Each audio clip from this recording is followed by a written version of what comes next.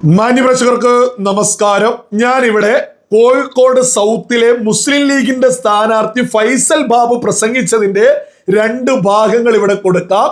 ഇതൊക്കെ കേട്ട് കഴിഞ്ഞാൽ കേരളത്തിലെ വിവേകമുള്ള ഒരു മലയാളിക്കും ഒരിക്കലും UDF വോട്ട് ചെയ്യാൻ സാധിക്കില്ല. അമ്മാതിരി പച്ചവർഗീയ പ്രസംഗമാണ് ഇന്നലകളിൽ ഫൈസൽ ബാബു ഒക്കെ നടത്തിയത്.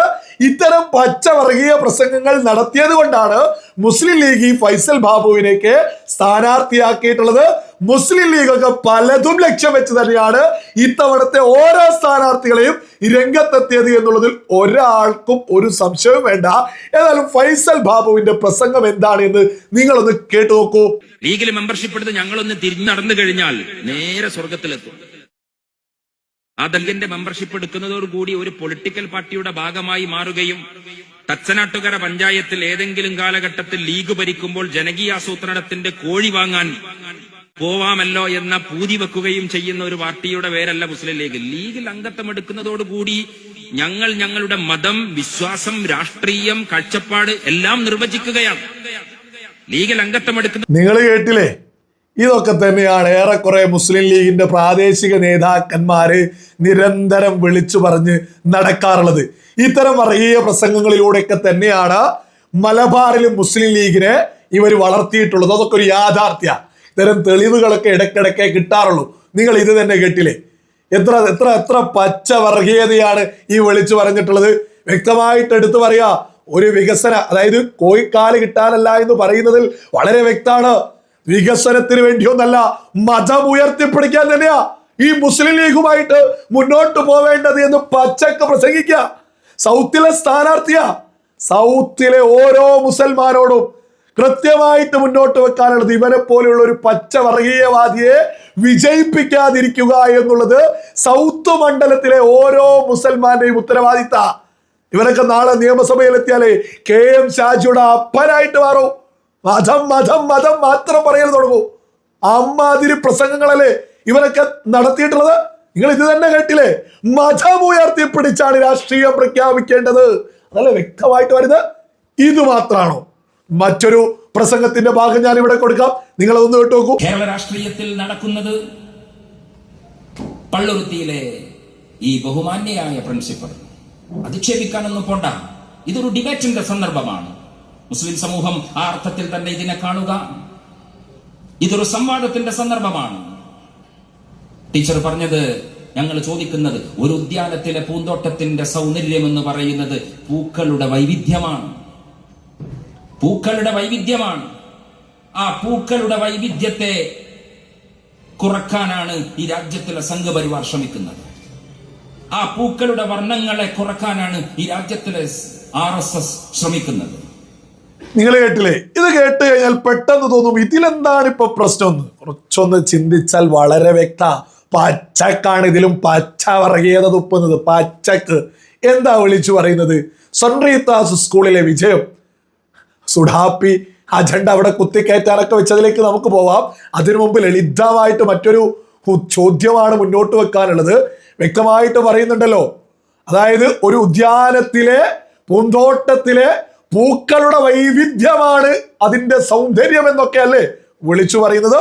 ഞാൻ മറ്റൊരു ഉദ്യാനത്തിലെ മറ്റൊരു പൂന്തോട്ടത്തിന്റെ വൈവിധ്യമില്ലാത്ത ഒരു പൂക്കളം, ഒരു കളറിൽ മാത്രം പൂവുള്ള ഒരു കുറച്ച് സ്ക്രീൻഷോട്ടുകൾ ഇവിടെ കൊടുക്കാം. നിങ്ങൾ അതൊന്ന് കണ്ടു നോക്കൂ. അതായത് അത് കൃത്യമായിട്ട് മനസ്സിലാക്കേണ്ടത്, ഇത് ഇർഷാദിയ വുമൻസ് കോളേജ് എന്ന് പറയുന്ന ഒരു കോളേജിലെ കുറച്ച് സ്ക്രീൻഷോട്ടുകളാണ്. ഇതിൽ ബ്ലാക്ക് പൂക്കൾ മാത്രമേ ഉള്ളുവല്ലോ. ഇത് ഓരോ ആളുകളും ചിന്തിക്കേണ്ടല്ലേ. അപ്പം ഈ ഉദ്യാനത്തില്, ഈ പൂന്തോട്ടത്തില്, അതിന്റെ സൗന്ദര്യത്തിന് വൈവിധ്യങ്ങളുള്ള പൂക്കളം വേണ്ടേ? പൂക്കൾ വേണ്ടേ? ഒരു ഭാഗത്ത് മാത്രം വൈവിധ്യവും പൂന്തോട്ടവും പൂക്കളും സൗന്ദര്യമൊക്കെ മതിയോ? ഈ ഇർഷാദിയ വുമൻസ് കോളേജ് ഇതൊരു ഉദാഹരണം മാത്രമാ. ഇത്തരത്തിൽ സ്ഥാപനങ്ങള് നമ്മുടെ കേരളത്തിൽ മുന്നോട്ട് പോകുന്നില്ലേ? ഇവിടെ സമസ്തം നേരിട്ട് നടത്തുന്ന സ്ഥാപനമാണ് എന്ന് ഈ പരസ്യത്തിൽ, ഈ സ്ഥാപനത്തിന്റെ പരസ്യത്തിൽ കൃത്യമായിട്ട് പറയുന്നുണ്ട്. ആ പരസ്യം വന്ന സ്ക്രീൻഷോട്ട് ഉൾപ്പെടെയാണ് ഞാൻ ഇവിടെ കൊടുക്കുന്നത്. ഇത്തരം സ്ഥാപനങ്ങളിലെ പൂക്കൾക്ക് ഒരു വൈവിധ്യവും വേണ്ട, ഒരു ഒരു ഒരു മാറ്റവും വേണ്ട. അതങ്ങനെ തന്നെ പോണം. പക്ഷെ മറ്റൊരു മതത്തിന്റെ സെന്റ് റീത്താസ് മാനേജ്മെന്റിന്റെ അവിടെയുള്ള വിദ്യാഭ്യാസ സ്ഥാപനത്തില് വൈവിധ്യം വേണം, പൂക്കള് വേണം. ഇതൊക്കെയല്ലേ പച്ചവർഗീയത? ഓരോ ആളുകളും ഒന്ന് ചിന്തിച്ചു നോക്കും. കഴിഞ്ഞ 30 വർഷത്തിലധികമായിട്ട് സമാധാനത്തിൽ, സൗഹാർദ്ദ അന്തരീക്ഷത്തിൽ എല്ലാ മതങ്ങളെയും ഒരുപോലെ കണ്ടുകൊണ്ട് സെന്റ് റീത്താസ് മാനേജ്മെന്റ് ഉന്നത നിലവാരമുള്ള വിദ്യാഭ്യാസം അവിടെയുള്ള വിദ്യാർത്ഥികൾക്ക് കൊടുത്ത് മുന്നോട്ട് പോകുമ്പോൾ അവിടേക്കൊരു സുഡാപ്പി കടന്നു കയറിയിട്ട് ആ സുഡാപ്പി മൈൻഡ് കുത്തിക്കയറ്റിയിട്ടൊരു വിദ്യാർത്ഥിയുടെ പേരിലേക്ക് അടിച്ചേൽപ്പിച്ച് ആ വിദ്യാർത്ഥിയെ സ്ഥാപനത്തിലേക്ക് പറഞ്ഞു വിട്ടുകൊണ്ട് ഇവിടെ എന്തൊക്കെ ബഹളം നമ്മുടെ കേരളത്തിൽ ഈ സുഡാപ്പികൾ ഉണ്ടാക്കി. അപ്പൊ മുസ്ലിം ലീഗിന്റെ അതിലെ നിലപാടാണ് നിങ്ങൾ കേട്ടത്, ഫൈസൽ ബാബുവിന്റെ നിലപാട്. എന്തുകൊണ്ട് ഫൈസൽ ബാബുവിന് അന്തസ്സോട് കൂടി ചോദിക്കാൻ സാധിച്ചില്ല? ഈ വിദ്യാർത്ഥി അഡ്മിഷൻ എടുക്കുന്ന സമയത്ത് അവിടുത്തെ നിയമങ്ങൾ അറിയില്ലായിരുന്നോ?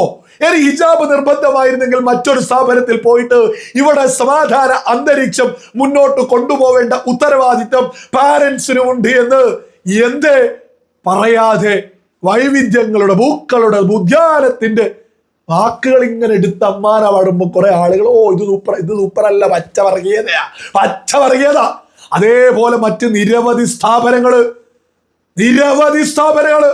അങ്ങനെ മുന്നോട്ട് പോകുന്നുണ്ട്. നിരവധി സ്ഥാപനങ്ങൾ അവിടേക്ക് മറ്റ് വിദ്യാർത്ഥികൾ പോകുന്നു പോലുമില്ല. മറ്റു വിദ്യാർത്ഥികൾ അവിടെ പോയിട്ട് അഡ്മിഷൻ പോലും എടുക്കാൻ നിൽക്കാറില്ല. അത്രത്തോളം മാറ്റം കേരളത്തിലുണ്ട്. ഇതൊക്കെ സകല മലയാളികളും വിവേകത്തോടു കൂടി തിരിച്ചറിയേണ്ടത്. ഇവൻ എന്തിനാണ് ചാടി വീണിട്ട് RSS സംഘപരിവാർ ചെയ്യാൻ ശ്രമിച്ചു എന്ന് പറയുന്നത്? RSSും സംഘപരിവാറുമായിട്ട് ഈ പറയുന്ന സെന്റ് റീത്താസ് മാനേജ്മെന്റുമായി ബന്ധപ്പെട്ട് ആ വിഷയത്തിൽ എന്തെങ്കിലും ഒരു ബന്ധമുണ്ടോ? എന്തെങ്കിലും ഒരു പുലബന്ധമെങ്കിലും ഉണ്ടോ? എന്ത് ബന്ധമാണ് അതിലുള്ളത്? സെന്റ് റീത്താസ് കഴിഞ്ഞ 30 വർഷത്തിലധികമായിട്ട് അവിടെ ഹിജാബ് ധരിക്കാതെ തന്നെയാണ് അവിടെ ആളുകളെ അഡ്മിഷൻ എടുത്ത് പഠിപ്പിച്ച് മുന്നോട്ട് ഒരു RSSോ സംഘപരിവാറോ പറഞ്ഞിട്ടില്ല. അത് ക്രിസ്ത്യൻ മാനേജ്മെന്റിന്റെ തീരുമാനം. അതിനെന്തിനാണ് അത് സംഘപരിവാറും RSSും അത് ചെയ്യാൻ ശ്രമിച്ചു എന്ന് പറയുന്നത്? മറ്റൊരു ഭാഗത്ത് മനസ്സിലാക്കേണ്ടതാണ്, ഒരുപാട് കോളേജുകള് സകലതും മറച്ചുകൊണ്ട്, മുഖം പോലും മറച്ചുകൊണ്ട് സ്ഥാപനങ്ങൾ നടത്തുന്നു. അത് അവരുടെ തീരുമാനങ്ങൾ, അവരുടെ താല്പര്യങ്ങൾ. പക്ഷേ അത് നടപ്പിലാക്കുന്നവർ എന്താ? ഇവിടെ മതേതരത്വം. ഒന്നും മിണ്ടാതെ ഒരു സൈഡിൽ നിൽക്കുന്ന RSSന്റെ തലയിലേക്കാണ് ഈ പറയുന്ന സകലതും എടുത്ത് ഈ ഫൈസൽ ബാബുക്ക് വെക്കുന്നത്. രാജ്യത്ത് എവിടെയെങ്കിലും എന്തെങ്കിലും ഒറ്റപ്പെട്ട സംഭവങ്ങൾ നടക്കുമ്പോൾ ഒരു ബന്ധവുമില്ലാതെ RSSനെ പിടിച്ച് വലിച്ചിടാറുള്ളത് ഈ ഒരു ശൈലിയാണ്. റീത്താസ് വിഷയത്തിൽ പോലും സംഘപരിവാറും RSSും പറയുന്നുണ്ടെങ്കിൽ രാജ്യത്ത് എവിടെ എന്ത് നടന്നാലും വെറുതെയാണ് ഇവർ സംഘപരിവാറിന്റെയും RSSന്റെയും തലയിലേക്ക് വെക്കുന്നത്. ഇത് നമ്മൾ മലയാളികൾ നമ്മുടെ കണ്ണിൻ മുന്നിൽ, നമ്മുടെ മൂക്കിൻ തുമ്പത്ത് നടന്ന വിഷയമല്ലേ? ഇതിലെന്തിനാ RSSനെയും സംഘപരിവാറിനെ കൊണ്ടുവരുന്നത്? കഴിഞ്ഞ 30 വർഷമായിട്ട് അവിടെ ഹിജാബ് ധരിച്ച് ആരെയും കൊണ്ടുവരുന്നില്ല, ആരും അവിടെ പോകുന്നുമില്ല. സമാധാനം ധരിച്ച് സുഡാപ്പി അജണ്ടക്കെതിരെ സംസാരിക്കേണ്ട ലീഡേഴ്സ് ആയിട്ടുള്ള ആളുകള് ആ സുഡാപ്പി അജണ്ട ഇവിടെ വളർത്തുക. ഈ ഫൈസൽ ബാബുവിനെയൊക്കെ ഈ പറയുന്ന സൗത്ത് മണ്ഡലത്തിലെ മുസ്ലിങ്ങളാണ്, ബോധമുള്ള മുസ്ലിങ്ങളാണ് പരാജയപ്പെടുത്തേണ്ടത്. അതിലൂടെയാണ് നമ്മുടെ ഇവിടത്തെ മതേതരത്വം ഉയർത്തിപ്പിടിക്കേണ്ടത്. ഈ ഫൈസൽ ബാബു ഒക്കെ ഇത്തരം ആളുകളൊക്കെ മത്സരിക്കുന്ന UDFന് വിവേകമുള്ള ഏതെങ്കിലും മലയാളിക്ക് വോട്ടു ചെയ്യാൻ സാധിക്കുമോ?